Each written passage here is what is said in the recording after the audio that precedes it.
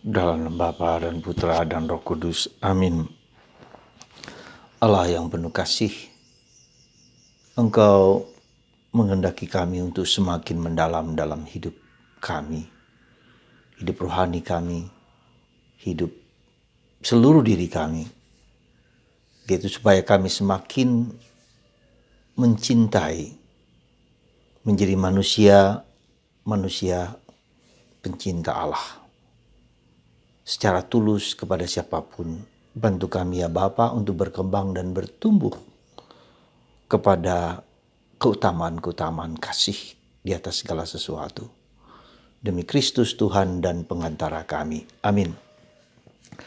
Para saudaraku yang terkasih dalam Kristus, dalam Injil hari ini kita diajak untuk memahami dengan tepat dan benar betapa pentingnya berpuasa itu. Dahulu gereja Katolik sangat ketat sekali dalam hal puasa. Ya. Sebelum Konsili Vatikan II, puasa menjadi sesuatu yang cukup ketat dan dijalankan menjadi suatu kewajiban yang harus dijalankan, terutama untuk para biarawan, biarawati. Ya. Bahkan lebih daripada itu, bukan hanya puasa tetapi askese, tapi juga mati raga dalam berbagai macam bentuknya. Nah, tetapi sekarang setelah Konsili Vatikan II, suatu terjadi perubahan teologis bahwa puasa bukan sekedar puasa, tetapi puasa memiliki makna yang dalam, yaitu bukan hanya makna akan pengurangan makanan, bukan hanya sebagai mati raga, mengurangi makan, mengurangi sesuatu yang kita sukai, ya, mengontrol diri. Dan itu meskipun itu benar, tetapi jauh lebih dalam daripada itu adalah untuk mengubah mindset, untuk mengubah cara pikir, untuk mengubah cara hidup. Ya, bahwa puasa itu sangat berguna bagi kita untuk semakin semakin bisa mengontrol diri, semakin bisa mengontrol nafsu, semakin bisa mengontrol kehendak, ya. Tetapi itu bukan yang paling penting. Tetapi yang paling penting adalah bahwa orang berubah dari berpusat kepada diri sendiri, tapi berpusat kepada Allah. Ya. Itu yang digambarkan sebagai tempat yang baru, menjadi manusia baru, mindsetnya itu berubah, gitu ya. Jadi sekali lagi saudaraku terkasih, kita perlu berpuasa sekaligus sebagai cara kita untuk apa? Cara kita untuk maju lebih dalam hidup rohani. Jadi dengan kata lain, kalau tadinya kita itu dikuasai oleh diri kita sendiri, kehendak kita, sekarang kita belajar untuk mendengarkan kehendak Tuhan. Dan inilah transisi proses pertobatan ini yang sebetulnya yang diharapkan oleh Tuhan. Jadi Tuhan ada masanya, ada saatnya bahwa kita harus berpuasa. Ya, jadi ini menjadi kehendak Tuhan supaya kita tidak lagi hanya, saya katakan, tidak lagi hanya berpusat kepada kemauan kehendakku sendiri. Ya. Tetapi mendengarkan kehendak Tuhan, mendengarkan apa yang Tuhan kehendaki bagi kita. Dan itu harus puasa menjadi semacam dorongan batin untuk maju lebih dalam. Ya. Jadi kalau kita tidak berpuasa begitu, ya kita bisa saja berbuat sesuatu yang sesuai dengan kehendakku.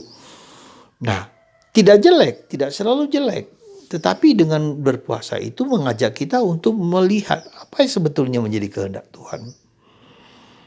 Ya, disitulah dorongan itu muncul dari dalam untuk berpuasa. Dorongan juga muncul dari dalam batin kita ketika apa? Ketika kita mengalami problem kehidupan. Ketika mempelai tidak lagi kita rasakan kehadirannya. Ya, di situ dikatakan kita berpuasa selama mempelai tidak ada. Artinya selama kita merasakan bahwa Tuhan itu seperti absen. Ya, seperti kita punya masalah yang ingin kita carikan jawaban. Ya. Nah, bisa juga dalam tanda petik, dalam arti tertentu ketika kita punya masalah-masalah berat yang kita ingin tahu jawabannya. Ya, katakanlah begitu. Mungkin ada masalah dengan keluarga, masalah dengan anak, masalah dengan suami, masalah dengan istri, masalah dengan orang tua atau masalah dengan pekerjaan, dan kita ingin tahu kurang lebih, ya, ada gagasan dari dalam supaya ingin tahu apa sebetulnya yang menjadi kehendak Tuhan dalam peristiwa yang sedang saya hadapi ini. Ya. Nah, ada juga yang ingin berpuasa sebagai bentuk mati raga, sebagai bentuk silih atas segala dosa-dosanya. Bisa saja begitu. Jadi ada sesuatu makna rohani yang sangat dalam supaya kita dapat dan mampu untuk mendapatkan semacam pencerahan dari apa yang sedang kita alami itu. Nah, tetapi itu muncul dari suatu dorongan dari dalam batin kita masing-masing. Ya, dengan demikian kita menjadi mengerti, memahami apa yang sebetulnya Tuhan kehendaki bagi saya terhadap masalah yang sedang saya hadapi ini. Ya, lalu kita dikuatkan, diteguhkan, karena ketika kita berpuasa, ketika kita meluangkan waktu kita, memberikan diri kita untuk mengontrol diri kita juga memiliki kekuatan, daya untuk melakukan, berkehendak terhadap sesuatu yang baik yang kita mau jalankan. Jadi ada dorongan kuat untuk mencapai suatu tujuan yang bagus gitu loh, yang indah. Sehingga kita tidak mudah-mudah terombang-ambing, tergoda oleh banyak hal, tapi yang kita mau tuju itu dapat kita capai lewat puasa. Ya, kita bisa menahan diri.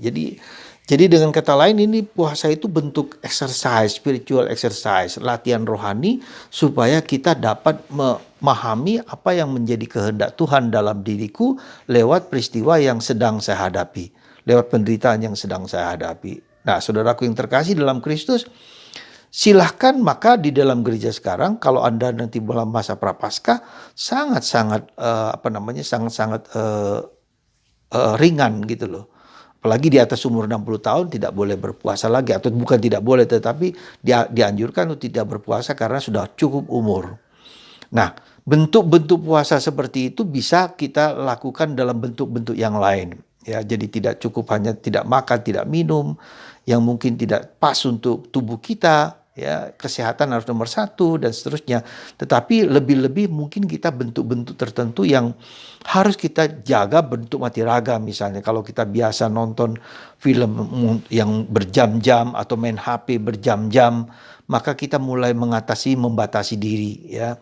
Lalu kita melakukan sesuatu yang positif, ya, membaca atau mungkin berkebun atau juga mungkin melakukan karya-karya sosial yang lain. Kita mengunjungi orang-orang cacat, membantu di orang-orang yang membutuhkan pertolongan kita tanpa kita dibayar, tapi itu bentuk-bentuk intensi-intensi tertentu yang kita maui untuk kebaikan orang lain. Atau kita juga mulai banyak berdoa, biasanya rosario seminggu 3 kali, sekarang setiap hari rosario untuk kepentingan anak, untuk kepentingan suami, kepentingan istri. Jadi ada sesuatu yang mau kita capai dengan tindakan-tindakan yang harus kita jalankan itu. Jadi saudaraku yang terkasih dalam Kristus, sekali lagi, bagaimana puasa dan harus seperti apa, Anda sendiri, dorongan Anda yang harus merupakan suatu dari dalam diri Anda sendiri, apa yang mau Anda capai, caranya seperti apa, silakan pakai cara sendiri, ya. Karena ini merupakan sesuatu yang bentuk-bentuk latihan di mana kita ingin mendapatkan jawaban, ingin mendapatkan solusi dari apa yang sedang kita jalani. Jadi sekali lagi, saudaraku terkasih, apapun bentuknya, Anda mesti tahu sejauh mana Anda bisa dan mampu untuk menjalankannya. Semoga dengan berpuasa yang berasal dari dorongan dari dalam batin Anda dapat mendapatkan inspirasi, mendapatkan pencerahan dari Tuhan, supaya apapun yang kita lakukan itu berguna bagi orang lain, bagi siapapun juga yang sungguh memberikan perhatian kepada kita.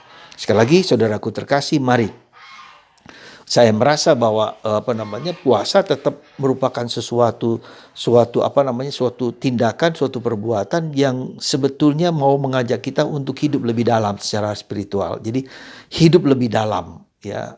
Jadi kalau Anda merasa ingin mau lebih dalam hidup Anda, mau bertumbuh berkembang, tidak cukup hanya seperti yang sekarang ini tapi lebih dalam, silahkan bentuk puasa yang pantas dan dapat Anda lakukan dengan bebas dan merdeka, ya. Lalu juga berbuat sesuatu yang lebih baik, ya, misalnya rosario setiap hari, misalnya baca kitab suci setiap hari, ya. Kemudian apa saja yang perlu kita tambahkan untuk mengisi waktu kita untuk memberikan sesuatu yang atau mendapatkan jawaban dari problem yang sedang kita hadapi. Sekali lagi, semoga Tuhan memberkati Anda dan mendorong Anda untuk lebih berkembang, untuk lebih tumbuh di dalam hidup rohani, dalam hidup kita, karena kita tahu bahwa Tuhan akan memberikan jawaban dan pencerahan lewat peristiwa-peristiwa, lewat puasa, lewat mati raga, lewat doa, ya. Seperti misalnya yang kami lakukan dengan kelompok doa Corona Marie, yaitu puasa Senin, Rabu, dan Jumat. Mulai dari makan malam sampai siang, tidak makan, boleh minum untuk sementara. Suatu saat kalau kuat ya tidak minum, ya. Jadi itu. Lalu kemudian bangun pagi jam 3 berdoa untuk gereja, untuk orang-orang yang kita cintai, doa rosario dan meditasi. Nah, ini adalah bentuk di mana kita ingin meniru, meneladan Yesus yang pagi-pagi buta berdoa sendirian untuk berdoa bagi orang-orang yang dia butuhkan. Dengan demikian kita dilatih menjadi peka dan menjadi tajam di dalam kehidupan rohani kita. Sehingga akhirnya kita tahu dan kita sadar bahwa Tuhan akan memberikan kekuatan kepada kita ketika kita mempersembahkan segalanya kepada Tuhan. Tuhan sendiri yang akan bekerja demi kebaikan kita dan orang lain. Dan itulah persembahan hidup kita, ya.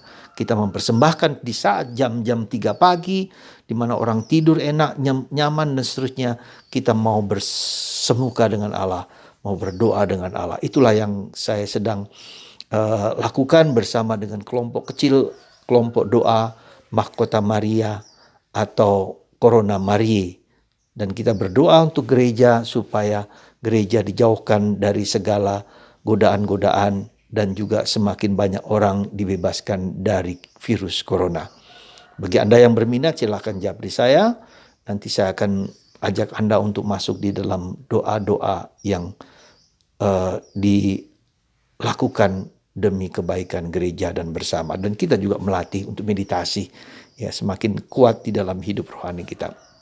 Semakin tumbuh dan berkembang untuk kebaikan gereja. Tuhan memberkati Anda, memberkati kita semua, dan kita diajak untuk tumbuh dan berkembang lebih dalam lagi. Berkat Kristus dan berkat puasa, berkat mati raga, berkat doa yang kita jalankan dengan sungguh-sungguh. Tuhan memberkati Anda, dan bagi Anda yang sakit, terutama virus corona, dibebaskan berkat Roh Kudus dan malaikat-malaikat yang melindungi kita semua. Dalam Bapa, Putra, dan Roh Kudus. Amin.